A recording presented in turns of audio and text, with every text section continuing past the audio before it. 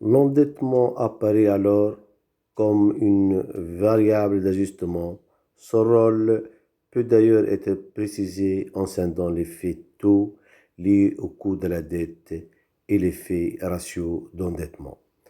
L'analyse de la formation de la rentabilité économique. La relation de décomposition. Pour analyser la formation de la rentabilité économique, il est fréquent d'avoir recours à la relation de décomposition suivante. Résultat économique sur actif économique égale résultat économique sur chiffre d'affaires, facteur de chiffre d'affaires sur actif. Taux de rentabilité économique est égal au taux de marge économique fois taux de rotation de l'actif économique. Cette relation permet d'analyser le taux de rentabilité économique à partir de deux variables, le taux de marge économique et le taux de rotation de l'actif économique.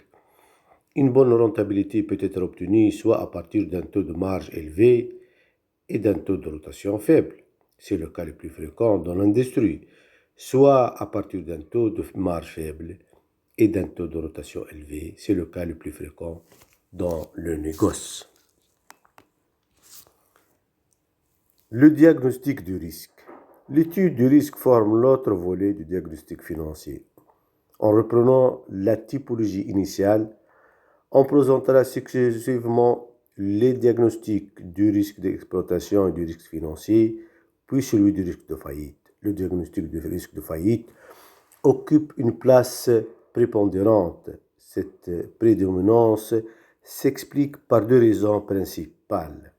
D'une part, le rôle prééminent qu'a joué la profession bancaire dans la construction des méthodes d'analyse financière dans une économie contrôlée où, pendant très longtemps, le financement par endettement a bénéficié d'un régime de faveur, tant du point de vue fiscal que de la politique des taux.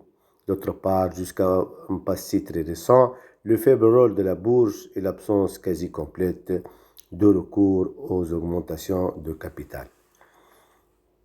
Le diagnostic du risque d'exploitation. Les méthodes de diagnostic de ces deux types de risques sont encore peu nombreuses et peu évoluées.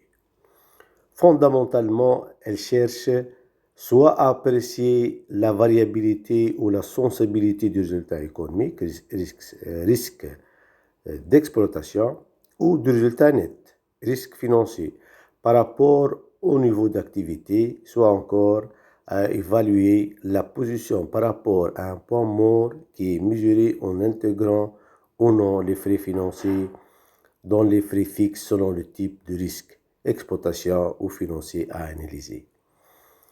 Démarche les plus immédiates pour appréhender le risque d'exploitation consiste à mesurer la variabilité du résultat économique ou celle du taux de rentabilité économique. Il suffit alors de calculer un indicateur tel que la variance ou l'écart type. Cependant, une telle mesure est souvent peu significative lorsqu'on ne dispose pas de nombreuses observations. En outre, en cas de modification d'activité, il est très dangereux de vouloir inférer du comportement passé de la rentabilité économique un pronostic sur son comportement actuel ou futur. Un outil a priori plus fruste, mais simple à mettre en œuvre, réside dans le recours à l'analyse du levier d'exploitation dont le principe est d'évaluer la sensibilité du résultat économique à une variation du niveau d'activité. La mise en œuvre de cette méthode suppose la répartition préalable des charges entre charges variables et charges fixes, toujours très difficile à établir précisément, notamment pour un analyste externe. Plus le montant des charges fixes est élevé, plus le résultat est sensible à une variation du niveau d'activité. Toute chose égale par ailleurs, bien sûr. En outre, la sensibilité du résultat apparaît d'autant plus accentuée que l'entreprise se situe près de son seuil de rentabilité. En dehors de ces indicateurs primaires, une analyse sérieuse du risque d'exploitation ne peut être fondée que sur une analyse stratégique de l'activité de l'entreprise qui seule peut permettre d'appréhender les variations de l'activité et l'évolution de la structure des coûts. Voilà, il s'agit là d'une méthode d'analyse du risque financier d'exploitation, du risque d'exploitation, pardon, et c'est la méthode d'analyse des marges, coûts fixes, coûts variables. C'est l'analyse du seuil de rentabilité, du point mort ou du chiffre d'affaires critique. Il s'agit de la même chose. Et on va consacrer un chapitre tout entier à cette méthode. C'est une méthode très connue, c'est une méthode assez délicate que le financier doit maîtriser et j'ai consacré tout un chapitre à la notion de seuil de rentabilité ou de chiffre d'affaires critique.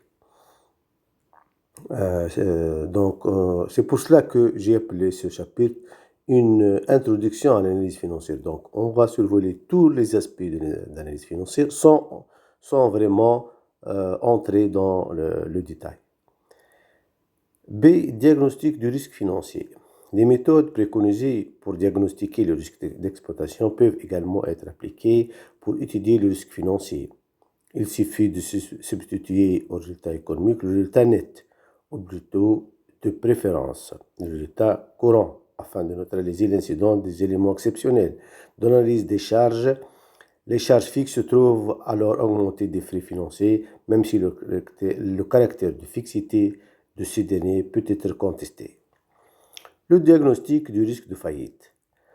L'étude du risque de faillite, donc de la capacité d'une entreprise à rembourser ses dettes financières, a donné lieu à l'élaboration de multiples méthodes et à l'origine même de l'analyse financière. On peut séparer un peu arbitrairement deux grands types de méthodes, des méthodes fondées sur l'étude du bilan, qu'on peut qualifier de statiques, et les méthodes qui s'appuient sur les tableaux de flux, fréquemment dénommées méthodes dynamiques.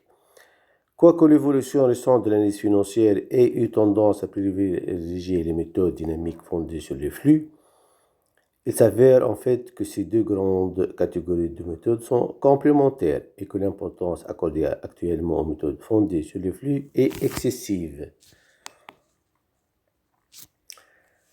Diagnostic de l'équilibre financier. Le diagnostic de l'équilibre financier s'appuie sur l'étude du bilan. On distingue l'approche patrimoniale et l'approche fonctionnelle. L'approche patrimoniale. L'approche patrimoniale s'appuie sur une conception du bilan qui repose sur les notions de valeur et d'exigibilité et de liquidité. Le bilan est l'inventaire des actifs et des passifs.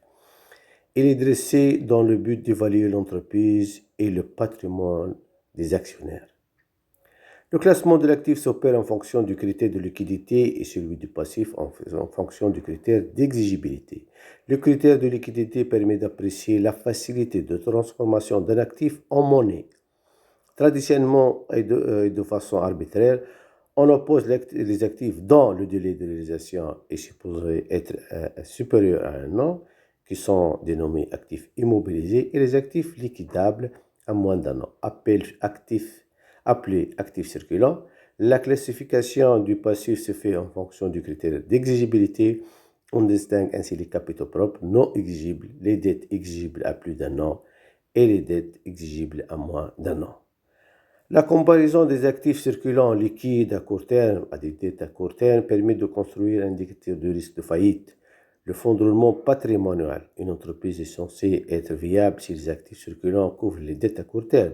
Autrement dit, si le fonds de roulement patrimonial égale à la différence entre ces deux grandeurs positifs, il s'agit de la représentation bien connue du fonds de roulement comme matelas de liquidité. D'autres indicateurs, les ratios de liquidité, s'inspirent de la même idée. On approche certaines catégories d'actifs à court terme des dettes à court terme pour appréhender le risque. Le diagnostic du risque de faillite dans l'optique patrimoniale fait également appel à deux autres critères, la solvabilité et l'importance relative de l'endettement. La solvabilité correspond à la capacité de l'entreprise à rembourser ses dettes en liquidant ses actifs. Elle peut être mesurée grossièrement en rapportant les capitaux propres qui constituent la surface financière à l'ensemble des dettes ou à l'ensemble des passifs. Quant à l'importance de l'endettement, elle peut être appréhendée par le ratio capitaux propres sur dette à plus d'un an. Traditionnellement, on retient le seuil critique de 1, qui est exigé par certains établissements financiers pour octroyer des prêts. L'approche fonctionnelle. L'émergence de la conception fonctionnelle en analyse financière constitue une véritable révolution dans le raisonnement financier dont les conséquences sont souvent sous-estimées. Si l'approche patrimoniale se soucie principalement de l'évaluation des actifs et des passifs, l'approche fonctionnelle euh, s'écarte totalement de cette préoccupation pour tenter de modéliser le fonctionnement de l'entreprise. Il s'agit en fait, à partir d'une approche flux-stock traditionnelle en physique ou en macroéconomique, de rendre compte de l'évolution financière de l'entreprise. Les bilans fonctionnels sont donc normalement à étudier en liaison avec les tableaux de flux qu'ils permettent de construire. Ils ne constituent pas des inventaires d'actifs et de passifs, mais au contraire des stocks d'emplois et de stocks de ressources. L'attention est portée sur la réalisation de l'équilibre emploi-ressources afin d'analyser la politique de financement et d'en tirer des conclusions quant à la viabilité de l'entreprise. C'est le bilan financier, fonds de roulement et équilibre financier. La représentation du bilan financier s'appuie sur les notions de cycle et de stabilité des ressources et des emplois. La notion principale est celle du cycle d'exploitation. Ce cycle entraîne dans la plupart des entreprises un besoin de financement, dénommé besoin de financement du cycle d'exploitation, ou plus courant, besoin en fonds de roulement d'exploitation. Nous présenterons l'exemple suivant du bilan d'une entreprise tunisienne retraitée en bilan financier. Voilà les analystes financiers. Qu'est-ce qu'ils font? Ils délavent le bilan comptable qui présente beaucoup de détails.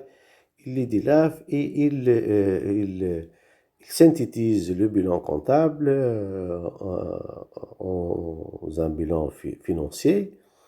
Et ce bilan financier, il ne comporte que pratiquement 5 rubriques à l'actif et 5 rubriques au passif, comme vous le voyez. Donc, à l'actif, il y a les immobilisations nettes, toutes les immobilisations, les stocks, le compte client, les liquidités. Mais on a le total des actifs. Donc, dans l'exemple, notre exemple, on a 65 000, du mot, stock 15, client 13, liquidité 7. De l'autre côté, les capitaux propres et passifs. Capitaux propres, tout le capital social, les réserves et les bénéfices non distribués, tout dans une seule rubrique. Capitaux propres, 50 000, dettes à long moyen terme, 30 000, fournisseurs, 15 000. Compte bancaire, 5 000. Pourquoi cette classification? Donc, ils se sont posé la question, quelle est la fonction de ce montant? À quoi il sert? D'où il vient? Donc, si c'est un capital, c'est du capital propre. Si c'est une réserve, c'est du capital propre. Si c'est un crédit, donc crédit bancaire, on va voir si il est à plus d'un an, on va le mettre dans la rubrique dette à long moyen terme. S'il est à moins d'un an, même s'il s'agit de la partie à moins d'un an d'un crédit à long terme, on le met dans le concours bancaire. Cette classification a simplifié pour bien donc, analyser le bilan. On le simplifie de cette façon-là. Pourquoi encore? C'est pour effectuer une petite analyse qui s'appelle l'analyse de l'équilibre financier du fonds de roulement et du besoin en fonds de roulement. Et là, voilà, cette analyse, elle est très simple. Calcul du fonds de roulement net, avant tout. On parle de l'idée que actif est égal capitaux propres et passifs est égal à 100. Ici, dans notre exemple, immobilisation nette plus actif circulant est égal capitaux permanents plus dette à court terme. Donc 65 plus 15 plus 13 plus 7 est égal à 150 plus 30 plus 15 plus 5. Donc le fonds de roulement net, qui est capitaux permanents moins immobilisation nette est égal aussi à actifs circulants moins dette à court terme. C'est la relation d'actif est égal passif qui a donné cette équation. Donc le fonds de roulement net, dans notre cas, est égal à 80 moins 65, ou bien 35 moins 20 est égal à 15. Calcul du besoin en fonds de roulement et de trésorerie nette. IMO net plus stock plus client plus liquidité est égal à capitaux plus d'étalon moyen terme plus fournisseur plus concours bancaire. Donc on ajuste un peu, on met les quelques rubriques d'un côté et d'autres de l'autre côté. On aura capitaux plus d'étalon moyen terme moins IMO net égale stock plus client moins fournisseur plus liquidité mon concours bancaire. C'est quoi ça? Ce n'est autre que le fonds de roulement net est égal au BFR plus la trésorerie nette. 50 plus 30 moins 65 égale 15 est égal à 15 plus 13 moins 15 plus 7 moins 2. 13 plus 2 est égal à 15. Le besoin de fonds de roulement égale fonds de roulement net moins trésorerie nette est égal à 15 plus 13 moins 15 est égal à 13. Ou bien 50 plus 30 moins 65, moins 7 moins 5, moins 2, est égal à 15 moins 2, est égal à 13. Trésorerie net n'est autre aussi que le fonds de roulement net moins BFR. 7 moins 5 est égal à 50 plus 30 plus 65, moins 55, moins 15 plus 13 moins 15 est égal à 15 moins 13. Donc, c'est une équation donc qu'on peut la présenter de différentes manières et le bilan financier se présentera alors ainsi. L'actif, on met notre besoin en fonds de roulement 13, la trésorerie nette 2, le fonds de roulement 15 et on a notre équilibre financier. Besoin de fonds de roulement d'exploitation est égal à stock plus créance moins dette d'exploitation. Ce besoin qui croît avec le niveau d'activité a connu un gonflement important dans les années de forte croissance et de forte inflation. Il est devenu le noyau du raisonnement financier dont l'option fonctionnelle est la base de la modélisation financière. Conjointement avec l'immobilisation brute, il constitue les emplois stables qu'il faut couvrir par des ressources dites stables afin d'éliminer le risque de faillite. Les ressources sont supposées stables s'il s'agit de ressources propres ou d'emprunts et de crédits à long ou à moyen terme. La notion de stabilité apparaît différente de celle d'exigibilité. Ainsi, la partie remboursable à moins d'un an d'un emprunt à moyen terme, donc exigible à court terme, sera considérée stable, car originellement le financement ainsi constaté est de nature stable. Inversement, un concours bancaire, même s'il est renouvelé systématiquement, est réputé instable. Ces différentes notions permettent de présenter les bilans fonctionnels. Les emplois stables sont composés des immobilisations brutes et de BFR d'exploitation et les ressources stables des fonds propres externes et internes ainsi que des dettes financières stables. Les immobilisations brutes qui ne sont pas rattachées au cycle d'exploitation sont dites emplois acycliques stables. De façon symétrique, les ressources stables sont dites acycliques. La différence entre ressources acycliques stables et emplois acycliques stables constitue le fonds de roulement fonctionnel, ou plus explicitement le financement stable du BFR, terme qui s'accorde mieux à l'idée fondamentale du raisonnement fonctionnel. Le terme du bilan fonctionnel horizontal est lié au principe d'affectation des ressources stables au financement des emplois stables. Voilà donc, d'après la relation qu'on a vue sur le bilan financier et l'équilibre financier, la relation nous a donné que le fonds de roulement net de l'entreprise, qui est constitué de ressources stables, qui n'est autre que capitaux permanents, moins valeur immobilisée, c'est des ressources stables, il doit être positif pour et légèrement confortable pour financer le BFR. Parce que le BFR, c'est un besoin de financement. C'est son nom, comme son nom l'indique, besoin en fonds de roulement. C'est un besoin de financement et il faut que le fonds de roulement arrive à éponger ce besoin et à garder un surplus dans la trésorerie. L'écart qui peut exister entre le fonds de roulement fonctionnel et le besoin de fonds de roulement d'exploitation représente la trésorerie. Celle-ci peut également être mesurée par différence entre les disponibilités et les titres de placement d'une part et les concours bancaires d'autre part. Une trésorerie négative signifie que le fonds de roulement fonctionnel ne couvre pas le besoin de fonds de roulement et donc que les concours bancaires sont supérieurs aux disponibilités. Dans ce cas, le principe d'équilibre sous-jacent au raisonnement fonctionnel est enfreint et le risque de faillite est réputé élevé. Les critiques que l'on peut adresser à l'approche fonctionnelle et la représentation du bilan qui lui est associée sont multiples.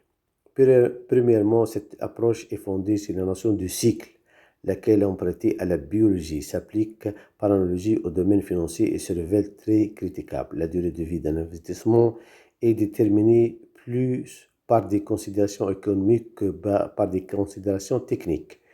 Deuxièmement, le cycle d'exploitation et le BFR d'exploitation occupent une place centrale dans cette conception. Or, dans certaines activités, le BFR d'exploitation est difficile à identifier ou occupe une place mineure. Troisièmement, l'évolution des structures financières fait qu'actuellement, dans la plupart des cas, les trésoreries sont négatives selon la norme fonctionnelle. Il y aurait déséquilibre et donc un risque de faillite important, ce qui est contredit par la réalité. La plupart des entreprises sont viables en présentant une trésorerie négative de façon systématique. Divers aménagements de la règle d'équilibre ont été proposés tendant à fixer un seuil critique pour le montant des concours bancaires ou de la trésorerie. Ainsi, par exemple, certaines banques exigent que les concours bancaires ne dépassent pas 2 mois de chiffre d'affaires. Ce type de norme est de toute évidence trop général pour ne pas être arbitraire. Quatrièmement, la trésorerie apparaît définie de façon résiduelle par différence entre le FDR fonctionnel et le BFR. Elle n'a pas de rôle autonome et sa fonction essentielle pour assurer la flexibilité est ainsi ignorée. Les méthodes dynamiques de diagnostic du risque de faillite. Les méthodes dynamiques de diagnostic du risque de faillite regroupent les méthodes d'analyse par les flux. Il faut cependant clairement distinguer les méthodes qui ont recours au fonds de roulement, au flux de fonds, de celles qui s'appuient sur le flux de trésorerie. La définition du flux de trésorerie est immédiate. Il s'agit soit de liquidités encaissées, soit de liquidités décaissées au cours d'une période. La notion de flux de fonds est plus artificielle. À partir du bilan fonctionnel, un flux de fonds peut être défini comme une variation soit d'un stock d'emploi, soit d'un stock de ressources. L'exemple le plus connu du flux de fonds est l'autofinancement, qui correspond à la variation des stocks de ressources propres internes. Le BE, l'excédent brut d'exploitation, constitue également un flux de fonds. On obtient le flux de trésorerie correspondant, c'est-à-dire l'ETE, l'excédent de trésorerie d'exploitation, en corrigeant le BE de la variation du BFR. ETE est égal à EBE moins variation du BFR. Et on a vu cette relation, on l'a vu dans le chapitre précédent. L'ETE représente les flux de trésorerie sécrétés par le cycle d'exploitation. Il constitue un indicateur de plus en plus utilisé pour diagnostiquer le risque de faillite. Les ratios financiers. Les ratios financiers sont des rapports entre des indicateurs de mesure financière, des composants de l'information comptable et financière de l'entreprise. La philosophie de ce livre fait que ces ratios ne feront pas l'objet d'un chapitre à part. La présentation des ratios et leur signification se fera au fur et à mesure dans tous les chapitres se rapportant au diagnostic et analyse financière. Voilà. Il y a des livres, certains livres qui, lorsque vous allez à la partie qui concerne l'analyse financière, vous allez trouver un chapitre ratio financier. Là, ça, c'est pas pratique et c'est pas intéressant dans la mesure où vous allez avoir une batterie de ratios, de liquidité, ratio d'endettement, ratio de solvabilité, comme ça, leur fonction et quelques interprétations des ratios, et voilà. Non, dans l'optique de ce livre, on a présenté certains ratios avant, S'il y a lieu de présenter un ratio, on le présente au cours de notre analyse ou au cours de l'explication d'un point très particulier. Et avant ce chapitre, on a présenté quelques ratios.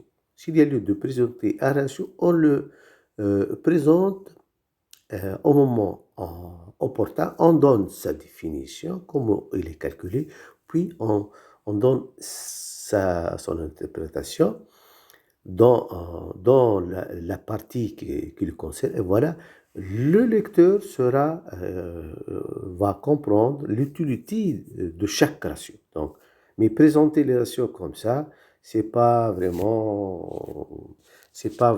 une méthodologie qui mène à la compréhension de ces ratios. Voilà, juste, je l'ai mis dans un tableau. Juste à titre indicatif, donc les liquidités générales, les liquidités réduites, les liquidités immédiates, c'est les ratios de liquidité, niveau d'endettement, la solvabilité financière, la structure de l'actif, structure bilancielle, les ratios les plus connus, les plus réputés se trouvent dans ce tableau avec la formule de calcul, avec un exemple d'application. Voilà, tous les ratios sont là, pratiquement tous les ratios d'une analyse financière sont là dans ce tableau et le lecteur peut revenir au ratio et voir sa formule de calcul. Voilà, ce chapitre est terminé. Merci et à la prochaine.